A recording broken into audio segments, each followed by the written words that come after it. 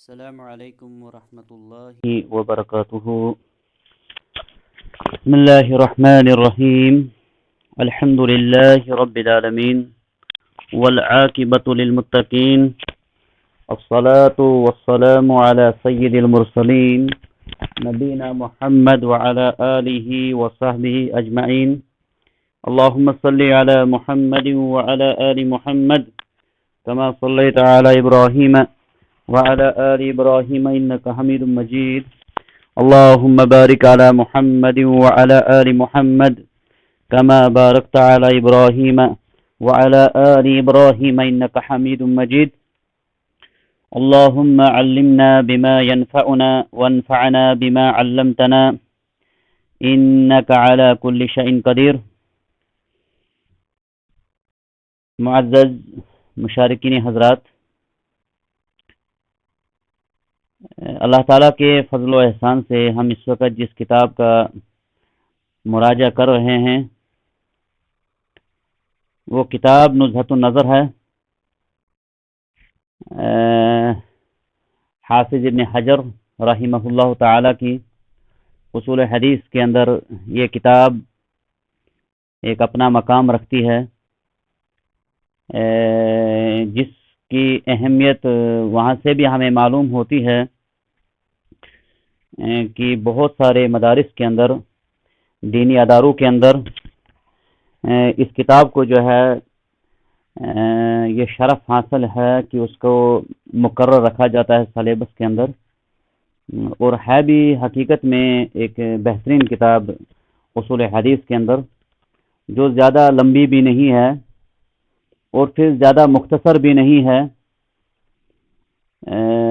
لہذا ہمارے یہاں بھی مدارس کے اندر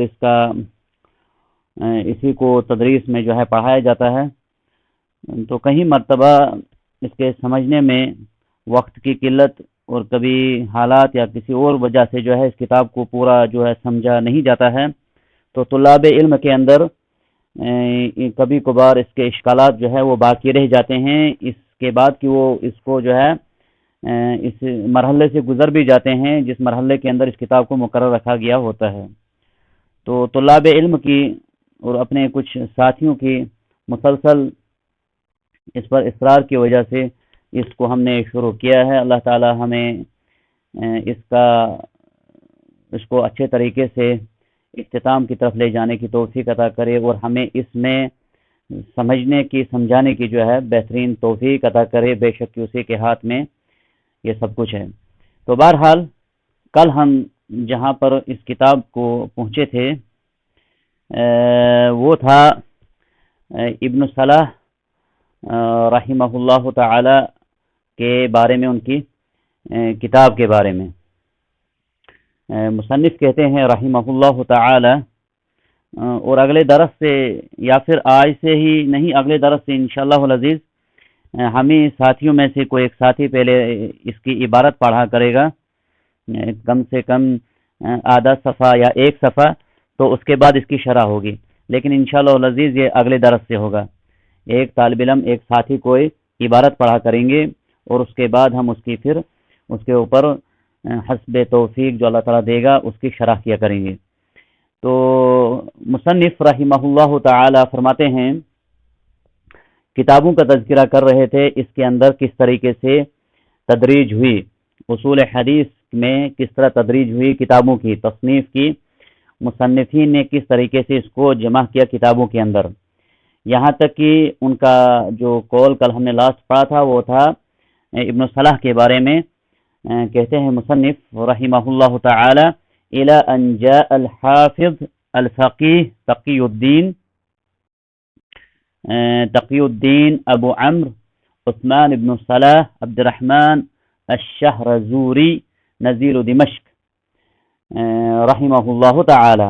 کہتے ہیں یہاں تک کہ آئے، انہوں نے جو ہے پھر کیا کیا، اس کتاب کو لکھا، اور اس کی جو کتاب تھی وہ تھی مقدمہ ابن صلاح کے نام سے مشہور ہوئی، علوم حدیث کتاب کا نام تھا. اور جو وفایات ہم ذکر کر رہے تھے گزشتہ درس کے اندر بھی اکثر جو موجود تھا اس کتاب کے اوپر دیا ہوا تھا، البتہ یہ 643 کی جگہ 663 جو ہے وہ زبان سے ادا ہو گیا، اور کچھ وفایات اس میں اگر ہوئی ہیں، غلطی پچھلے درس کے اندر رہی ہیں، انشاءاللہ العزیز ان کا تدارک بھی ہمیں کرنا چاہیے ساتھ ساتھ، جیسا کہ ہمارے ایک ساتھی تھے کل بھی درس کے اندر، اللہ تعالیٰ ان کو جزائے خیر دے، انہوں نے ساتھ ساتھ اس کی تنبیہ کی، اور اس کی سخت ضرورت ہے ہمیں، کیونکہ جب ہم درس دیتے ہیں، نہ ہی ہم کلاس میں کوئی طالب علم سامنے یہاں پر ہے، نہ ہی کچھ نہ کچھ، تو یہاں پر سارا جو ہے انسان جیسے فون پہ بات کر رہا ہے، لہٰذا بہت ساری کوتاہیاں رہ سکتی ہیں۔ اللہ تعالیٰ سے ہم دعا کرتے ہیں کہ اللہ ہمیں اس کتاب کو بہترین طریقے سے سمجھنے کی توفیق عطا کرے۔ تو 643 ان کی تاریخ وفات ابن صلاح رحمہ اللہ تعالی کی۔ کہتے ہیں مصنف یہاں تک کہ کون آئے، ابن صلاح نزیل و دمشق، یہ جو ہے وہاں چلے گئے تھے، کیونکہ جہاں پر یہ رہتے تھے ابن صلاح، اپنے جہاں جو ان کی بستی تھی وہاں سے وہ وہاں پر آ گئے تھے دمشق میں، کیونکہ جو ہے اس وقت جو ہے وہاں کی ایک علمی جگہ تھی جہاں پر بہت سارے اہل علم ہوا کرتے تھے۔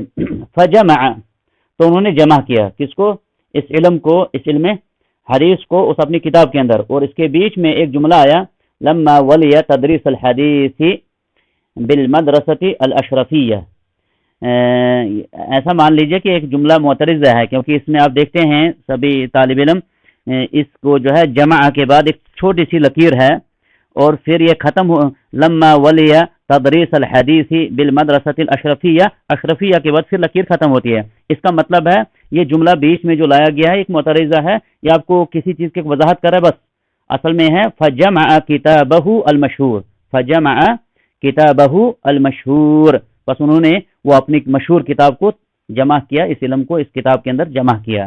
لما ولی تدریس الحدیث بالمدرسۃ الاشرفیہ، یہ جملہ معترض ہے، اس کی ایک وضاحت کے لیے ہے کہ یہ اس وقت ہوا جب ان کو اس مدرسہ اشرفیہ کے اندر بحثیت استاد تدریس کے لیے مقرر کیا گیا تھا، کس میں حدیث کی تدریس کے لیے، حدیث کی تدریس کے لیے جب اس مدرسے کے اندر ان کو مقرر کیا گیا، اس دوران انہوں نے اس کتاب کو جو ہے اس مشہور کتاب کو جمع کیا، جو کتاب اس وقت جو ہے ایک معروف ترین کتاب ہے، اور اس کے بعد ہی اس کا مقام و منزلت اہل علم اور طلاب علم کے درمیان آج تک موجود ہے۔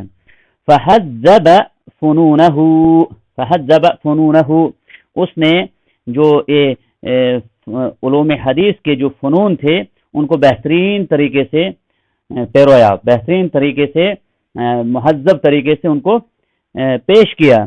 وَأَمْلَأَهُ شَيْئًا بَعْدَ شَيْءٍ، اور پھر اس کتاب کو جمع کرنے کا جو طریقہ رہا ابن صلاح کا رحمہ اللہ کا، وہ تھا املا کے ذریعے سے، املا، املأ ہو کی ضمیر کتاب کی طرف، املأہ املا کرایا، کس کے پاس، وہ اس کے شاگرد سامنے بیٹھتے تھے، طالب علم، شیئن بعد شیئن، تھوڑا تھوڑا کر کے۔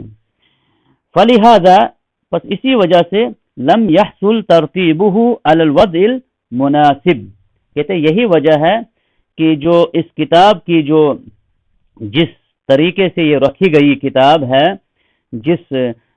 جو ابواب اس کی فہرست ہے، اور یقیناً ہم ساتھیوں میں سے جس نے بھی یہ کتاب دیکھی ہوگی، اس کتاب کا درس مسجد نبوی کے اندر آج بھی درس چل رہا ہے، وہ شیخ انیس طاہر ہیں حافظہ اللہ تعالی، ان کے پاس یہ کتاب تقریباً کچھ صفحات اس وقت میں نے وہاں پڑھی تھی، لیکن اس کے بعد فراغت کا وقت آ چکا، پوری کتاب ان کے پاس پڑھنے کا موقع نہیں ملا، تو وہاں پر اس کتاب میں کئی مقامات پر دیکھا گیا تھا کہ جس طریقے سے ابھی نزہۃ النظر ہمارے پاس کتاب ہے، اس طریقے سے اس کے اندر وہ ترتیب، وہ رکھنا، وہ ابواب وغیرہ اتنا نہیں ہے جس طریقے سے ہمارے اس کے بعد کی کتابوں کے اندر آیا ہے۔ البتہ جو علم بکھرا ہوا تھا اس کو ابن صلاح نے اس کتاب کے اندر جمع کیا ہوا ہے۔ کہتے ہیں فلہذا، پس اسی لیے، لم یحصل ترتیبہ علی الوضع المناسب، مناسب طریقے سے جو اس کو رکھا جاتا تھا، اس علم کو رکھا جاتا ہے جس طرح کتاب کے اندر جس ترتیب کے ساتھ، وہ ترتیب اس میں نہیں ہو پائی۔ وجہ کیا تھی؟ وجہ یہی تھی کہ انہوں نے املا کرایا تھا کلاس میں، اور جب کوئی استاد شاگردوں کو پڑھا رہا ہوتا ہے تو پھر اور کس طرح پڑھانا، کوئی کتاب ساتھ نہیں۔ ابن صلاح رحمہ اللہ تعالی نے اب ان کتابوں سے استفادہ کیا جو اس سے پہلے کتابیں لکھی گئی تھیں، لیکن جب وہ املا کراتے تھے تو ان کے ہاتھ میں کوئی ایسی چیز نہیں تھی، مذکرہ تھا یا وغیرہ تھا، وہ آتے تھے کلاس میں، جہاں بچے ان کے پاس بیٹھتے تھے ان کے سامنے بیٹھ کر اس کے دروس شروع ہوتے تھے، تو شاگرد اس کو لکھنا شروع کرتے تھے، لہذا کہیں مرتبہ کچھ مقامات پر جو ہے وہ ترتیب اس طریقے کی نہیں آئی جو مناسب ہوتی. وجہ کیا تھی؟ انہوں نے املا کرایا تھا اس کا. وَآتَنَا بِتَصَانِيفِ الْخَطِيبِ الْمُفَرَّقَةِ، انہوں نے خاص کر اس کتاب کو جو ہے جمع کرنے میں وہ خاص عنایت ہوئی ان کی، کس کے ساتھ؟ امام خطیب جو بغدادی تھے رحمہ اللہ، ان کی کتابیں جو متفرق تھی، مفرقہ تھی، الگ الگ تھی. کیونکہ ہم نے کل کے درس میں کہا تھا خطیب بغدادی نے جو ہے کتاب علوم حدیث کے اندر جو لکھی ہیں، اس نے تقریباً کوئی باب ایسا نہیں ہے علوم حدیث کا الا کہ اس نے اس پر ایک کتاب لکھی ہے، مستقل کتاب. ہر باب کتاب کو جو ہے، ایک باب کو جو ہے اس پر مستقل کتاب لکھی، جیسا کہ گزشتہ درس کے اندر ہمیں الکفایہ ہم نے دیکھی تھی، اور بھی کتابیں ان کی آئی تھی، ان کی امام خطیب بغدادی کی. تو انہوں نے جو ہے الگ الگ کتابوں میں لکھا تھا، تو ان تمام تر کتابوں سے جو ہے ان کی طرف توجہ کر کے ابن صلاح نے وَاعْتَنَا بِتَصَانِيفِ الْخَطِيبِ الْمُفَرَّقَةِ، جو بکھری ہوئی الگ الگ کتابوں کے اندر جو علم حدیث کو خطیب بغدادی نے جو ہے اپنی کتابوں میں تصنیف کیا تھا، ان کی طرف توجہ ہو کر ان کو جو ہے وہاں سے نکالا، اس علم کو حاصل کیا وہاں سے. فجمع شتات مقاصدها، جو بکھرا ہوا یا جو اس علوم حدیث کے فنون کے تعلق سے جو چیزیں بکھری ہوئی تھی ان کو کیا کیا؟ ایک جگہ پر جمع کیا. کس کے اندر؟ جو ان کی کتاب مقدمہ ابن صلاح ہے، ان کے جو خطیب بغدادی کی کتابیں تھیں ان میں سے ان کو نکال کر جو منتشر تھی، جو مضامین مختلف تھے، الگ الگ جگہوں پر تھے، ان کو وہاں سے اٹھا کر جو ہے ایک کتاب کے اندر ان کو جمع کیا. جو مختلف جو اس علوم حدیث کے مقاصد ہیں، جیسا کہ آپ بھی سبھی جانتے ہوں گے، اس کے اندر بہت سارے فنون ہیں، اس کے اندر بہت ساری تقاسیم آتی ہیں. سب سے پہلے ہمارے پاس تقسیم آتی ہے خبر یا تو احاد ہے یا متواتر ہے. پھر اسی طرح پھر جو احاد خبریں ہیں یا تو مقبول ہیں یا مردود ہیں. پھر مقبول کی بھی قسمیں ہیں، پھر مردود کی بھی قسمیں ہیں. پھر اس میں طالب علم اور آداب السامع و شیخ وغیرہ ان کے وغیرہ تمام تر چیزیں جو ہیں اس میں مختلف طریقے کی جو الگ الگ جگہوں پر تھی ان کو کیا انہوں نے ایک جگہ پر جمع کیا. جو مقصد ہے اس کتاب کو لکھنے کا، علوم حدیث کو جمع کرنے کا، ان تمام تر مختلف جگہوں پر بکھرے ہوئے مقاصد کو جو ہے انہوں نے جمع کیا. وَضَمَّ إِلَيْهَا مِنْ غَيْرِهَا نُخَبَ فَوَائِدِهَا، ساتھ ہی ساتھ انہوں نے ایک بڑا جو کام کیا ابن صلاح، کیونکہ وہ اس علوم حدیث کے اندر ایک جلیل القدر عالم دین ہیں. ابن صلاح جو ہیں علوم حدیث کے اندر ایک جلیل القدر عالم دین ہے. انہوں نے کیا کیا؟ ایک تو ان کی کتابوں کے اندر جو علم تھا اس کو ایک جگہ پر جمع کیا. اس کے ساتھ ساتھ انہوں نے یہ کتاب انہوں نے ایک کام کیا کہ اس کے ساتھ کچھ چیزیں وہ بھی ملائی جو ان کتابوں کے اندر موجود نہیں تھا. جو مختار نخبۃ الفکر، نخب کے معنی کیا ہے؟ مختار، جو اہل علم کے جو محدثین کے بہترین اختیارات تھے، جو راجح اقوال تھے، ان تمام تر فوائد کو بھی اس کتاب کے اندر جمع کیا، کیونکہ خود ایک اس کے امام تھے علوم حدیث کے. فاجتمع فی کتابہ ما تفرق فی غیرہ، پس انہوں نے اپنی کتاب میں اس علوم حدیث کے اندر یا مقدمہ کے اندر ان تمام تر باتوں کو، تمام تر فنون کو جمع کیا. یہ کتاب بار بار اس کو زوم نہ کیجئے. ما تفرق فی غیرہ، جو دوسری کتابوں میں جو ہے بکھرا ہوا تھا، جو دوسری کتابوں کے اندر بکھرا ہوا تھا اس کو جمع کیا. فلہذا، بس اسی لیے عکف الناس علیہ، لوگ جو ہے ٹھہر گئے اس کی کتاب کے اوپر، یا پھر بمعنی توجہ یا فلہذا توجہ الناس علیہ، لوگوں اس کی طرف جو ہے متوجہ ہوئے یا پھر اس پر ٹھہر گئے. عکفہ کے معنی میں ٹھہر بھی لیں گے یا پھر کہیں گے اس کی طرف لوگوں کی، پھر اس کے بعد کے آنے والے لوگوں کی توجہ اسی کتاب کے اوپر ہو گئی۔ عقفہ یا عقیفو سے اگر اعتکاف کے معنی ہوتا ہے ٹھہرنا ایک جگہ پر، تو اس کے بعد جو اہل علم آئے اصول حدیث سے جن کا تعلق تھا، علوم حدیث سے جن کا تعلق تھا، وہ سب کے سب جو ہیں پھر اسی کتاب سے سب کچھ لینے لگ گئے۔ کیونکہ ابن صلاح نے تمام تر جو علوم حدیث کے تعلق سے ابواب تھے، فنون تھے، اپنی کتاب میں سب کو جب جمع کر دیا۔ ہاں ایک کام تو رہ گیا باقی، جو بہترین ترتیب تھی وہ نہیں ہو سکی۔ جیسا کہ آپ جانتے ہیں، اس یہاں پر ایک بات بیچ میں ضمن ذکر کر دوں گا، وہ ایک شعر غالباً آپ سب کو یاد ہوگا، امام مسلم اور امام بخاری کی دو کتابوں کے حوالے سے کسی عالم دین نے کہا ہے، تشاجر قوم لدی فی البخاری و مسلم، تشاجر قوم فی البخاری و مسلم لدی وقالوا ای زین تقدم فقلت لقد فاک البخاری فی صحة كما فاک فی حسن صناعت مسلم۔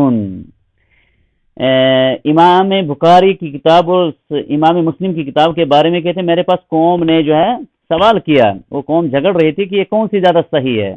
یہ عالم دین نے ان کو جواب دیا، کہا لقد فاک البخاری فی صحت کے اعتبار سے امام بخاری کی کتاب جو ہے وہ اعلیٰ ہے، کما فاک فی حسن صناعت مسلم، جیسے حسن صناعت بہترین ترتیب اور پھر دیگر جو امام مسلم نے اپنی کتاب کو جس اعتبار سے رکھا ہے، اس رکھنے کے اعتبار سے صحیح مسلم افضل ہے کس سے؟ صحیح بخاری سے، لیکن صحت کے اعتبار سے صحیح بخاری افضل ہے صحیح مسلم سے۔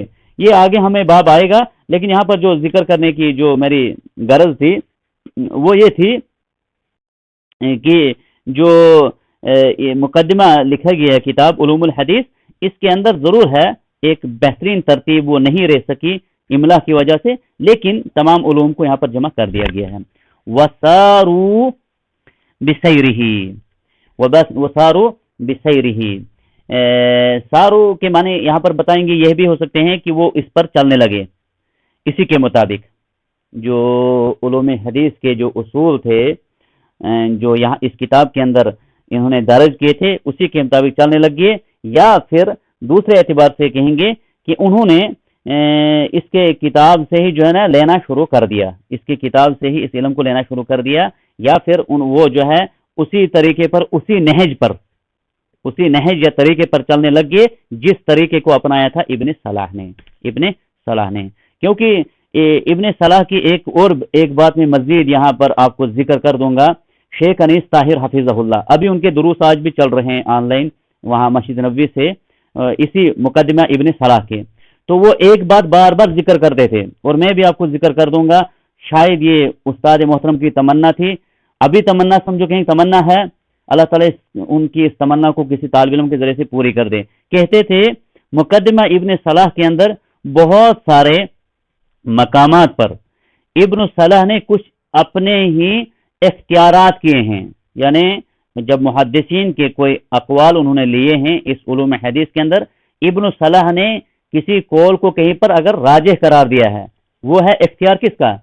ابن صلاح کا، کہ وہ کسی قول کو راجح دیتے ہیں اور کیوں قرار دیتے ہیں، کیونکہ اس کے اندر بھی ہم دیکھیں گے، اس علوم حدیث کے اندر بھی کچھ مقامات پر ہم دیکھیں گے اہل علم کے جب ہمیں یہ مثال کے طور پر صحیح کی شرطیں کیا ہیں، اتصال السند جو ہے راوی کا راوی سے ملنا، اب اس میں جو ہے سند کا ملنا، اس میں امام مسلم اور امام بخاری کے بارے میں ہم دیکھتے ہیں تو امام مسلم کہتے ہیں کہ استاد اور شاگرد کا جو ہے ملنے کو ہم اسی وقت مان لیں گے جب وہ دونوں ایک ہی زمانے میں موجود تھے، اس لحاظ سے کہ ممکن ہے کہ ان کی ملاقات ہوئی ہو۔ امام بخاری کہتے ہیں نہیں، تب تک ہم اتصال السند صحیح نہیں بولیں گے جب تک ان کی ملاقات بھی ہمارے پاس پوری طریقے سے ثابت نہ ہو کہ اس نے اس استاد سے سنا تھا۔ تو یہ علماء کرام کے درمیان جو ہے یہ ایک اعلیٰ معیار کا اختلاف جو ان کے بیچ ہوتا ہے، اس میں ایسی مقامات پر راجح کیا ہے، تو یہ اس میں تو اسی قسم کے بزرگ اور اسی قسم کے اللہ تعالیٰ کے جو ہیں جن کو عنایت کیا گیا تھا یہ علم، وہ پہنچ سکتے ہیں۔ تو ابن صلاح کے کچھ اختیارات ہیں اس کتاب کے اندر، اور ہمارے استاد محترم شیخ انیس طاہر کہتے تھے درس مسجد نبوی میں اکثر کہ کوئی طالب علم کھڑا ہوتا وہ لکھتا کتاب ابن صلاح پر، کیا کتاب لکھنی تھی؟ اختیارات ابن صلاح یا اختیارات ابن صلاح فی مقدمت ابن صلاح، مقدمے کے اندر ابن صلاح کے جو اختیارات ہیں ان کو ایک جگہ پر جمع کرنا، کن کن مقامات پر ابن صلاح نے کیا کیا کس قول کو راجح قرار دیا، کون سا قول اختیار کیا ہے اور ان کے اختیار کرنے میں کتنی مضبوطی تھی۔ تو بہرحال تو کیا کیا اس کے بعد کے محدثین نے ابن صلاح کے بعد، جن کی وفات 643 ہجری ہے، اس کے بعد جو بھی محدث آیا علوم حدیث میں جس نے خدمت کرنی چاہیے، اصول حدیث کے حوالے سے کتاب لکھنا چاہیے، تو اس نے اپنے آپ کو رجوع کیا کس کی طرف؟ مقدمہ ابن صلاح کی طرف۔ جس طریقے سے اس نے وہاں پر اصول ترتیب دی یا جس طریقے سے ان کو جمع کیا، اس کے مطابق چلنے لگی۔ فلا یحصا، حافظ ابن حجر کہتے ہیں فلا یحصا، بس ان کا عدد نہیں کیا جا سکتا ہے، کس چیز کا؟ کم ناظم، کم یہاں پر جو ہے نا تکثیر کے لیے آیا ہے، کثرت کے لیے آیا ہے، کم ناظم لہو، کتنے ہی ایسی کتابیں ہیں جو ابن صلاح کی کتاب پر منظومت کے طور پر پیش کی گئی، یعنی جو ابن صلاح کی کتاب ہے نا وہ نثر ہے۔ ہمارے پاس کتابیں دو ہی قسم کی ہوتی ہیں، یا تو نظم کی صورت میں ہوگی، نظم کیا ہوتے جیسا کہ آپ جانتے ہیں، آپ لوگوں نے پڑھے ہیں، اظہار العرب پڑھی ہے، وہ نظم کی صورت میں کتاب ہمارے پاس ہے جو مدرسے میں پڑھائی جاتی ہے، جو آپ کی پہچان میں ہے۔ اسی طرح جو نظم کی صورت میں پڑھائی جاتی ہے یہاں پر معلقات ہے، جس میں اشعار ہوتے ہیں، تو نظم اسی کو کہتے ہیں جس میں آخر میں جو ہے نا اس کو قافیہ ایک جیسا ہوتا ہے، شعر کا وزن ایک جیسا ہوتا ہے۔ تو کہتا ہے حافظ ابن حجر رحمہ اللہ، پس نہیں شمار کیا جائے گا کم ناظم لہو، کتنی ہی کتابیں ایسی ہیں جو نظم کی صورت میں لکھی گئی، لیکن کس کتاب پر؟ ابن صلاح کی کتاب پر۔ ابن صلاح کی مقدمہ جو کتاب ہے علوم الحدیث، جس کا نام ہے مقدمہ ابن صلاح کے نام سے مشہور ہوئی، اس پر کتنے ہی ایسے محدثین اس کے بعد آئے، علماء کرام آئے، انہوں نے کیا کیا؟ اس کتاب کو نظم کی صورت میں لکھا، اس کتاب کی اس نثر کو نظم کی صورت میں ڈالا۔ ومختصرین، اور کتنے ہی ایسے آئے جنہوں نے اس کتاب کو کیا کیا؟ مختصر کیا علوم حدیث کو۔ اور نظم میں جو ہے، دیکھیے میں اس چیز کو پہلے کہنا ضروری سمجھتا ہوں کہ جس نے اس علوم حدیث کو یا مقدمہ ابن صلاح کو نظم کی صورت میں ڈالا، ایک مشہور کتاب ہے، غالباً آپ جانتے ہوں گے، اب درس کے دوران نہیں کریں گے سوال، آگے بڑھتے ہیں، میں خود ہی بتاتا ہوں۔ الفیہ عراقی کے نام سے، الفیہ عراقی کے نام سے ایک کتاب مشہور ہے، اور ابھی بھی کئی جگہوں مدرسوں میں اس کتاب کو جو ہے دورہ علمیہ میں رکھا جاتا ہے اور بچوں کو حفظ کرایا جاتا ہے، طلاب علم کو۔ مدینہ کے اندر بھی اس کتاب کو کئی مقامات پر حفظ کرایا جاتا ہے اور باضابطہ طور پر اس کے لیے انعامات رکھے جاتے ہیں۔ الفیہ عراقی، 1000 سے کچھ زائد غالباً اس کے اندر شعر موجود ہیں جو انہوں نے امام عراقی نے، جس کا نام زین الدین عبد الرحیم بن حسین العراقی تھا، 806 ہجری ان کی تاریخ وفات ہے، انہوں نے ابن صلاح کی کتاب کو نظم کی صورت میں ڈالا، اور بہت مشہور کتاب یہ ہوئی ہے۔ کتاب کا نام رکھا ہے نظم الدرر فی علم الاثر، یہ ان کی کتاب ہے، کن کی؟ امام عراقی رحمہ اللہ تعالی کی۔ تو انہوں نے اس پر نظم، اور بھی کتابیں ہیں جو اس کے پر نظم کے طور پر لکھی گئی ہیں، کس کتاب پر؟ مقدمہ ابن صلاح پر۔ وہ مختصرین، اور کتنی ہی کتابیں ایسی ہیں جو علوم الحدیث کے جنہوں نے اختصار کیا، اور اس میں بہت ساری کتابیں ہیں، میں یہاں پر چند مثال کے طور پر آپ کو ذکر کرتا ہوں، وگرنہ اس کا باب مفتوح ہے، آپ ان کے حوالے سے جو ہے خود بھی دیکھ سکتے ہیں، خود بھی مطالعہ کر سکتے ہیں۔ اس میں امام نووی کی ہے غالباً رحمہ اللہ تعالیٰ کی ایک کتاب جو انہوں نے اختصار کیا ہے، کس کا؟ ابن صلاح کی کتاب کا اختصار، مختصر کی ہے۔ اور مختصر کا معنی آپ کو معلوم ہوگا، مختصر کہتے ہیں کسی کتاب کو اس انداز میں پیش کرنا، کسی کی کتاب کو اس انداز میں پیش کرنا کہ اس کے اندر جو تمام تر ابواب تھے ان کو لانا، لیکن مختصر الفاظ کے ساتھ، کوئی چیز رہنی نہیں چاہیے۔ یعنی ابن صلاح نے اپنی کتاب مقدمہ ابن صلاح کے اندر جو اصول حدیث کو نقل کیا ہے، اس بڑی کتاب کو چھوٹی کتاب کی شکل میں مختصر کرنا، لیکن اس حساب سے نہیں کرنا کہ اس کا کوئی باب رہ جائے۔ اگر باب رہ جائے گا پھر وہ اختصار نہیں ہوگا، پھر وہ مختصر نہیں ہوگا، پھر اس کا دوسرا کچھ نام رکھا جائے گا۔ مختصر اس کو کہتے ہیں کہ تمام ابواب کو لایا جائے لیکن الفاظ جو ہے مختصر کیے جائے، جملے چھوٹے کر دیے جائے، تو اس کتاب کو مختصر کیا جائے گا۔